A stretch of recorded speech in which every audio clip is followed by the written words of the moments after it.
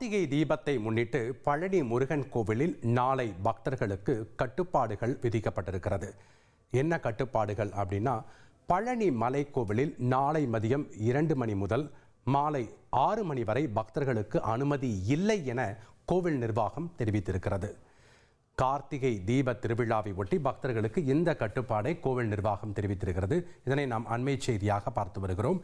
மேலும் பழனி முருகன் கோவிலில் நாளை ஒரு நாள் மட்டும் தங்க ரதத்தில் சாமி புறப்பாடு நடைபெறாது என்றும் கோவில் நிர்வாகம் தெரிவித்திருக்கிறது.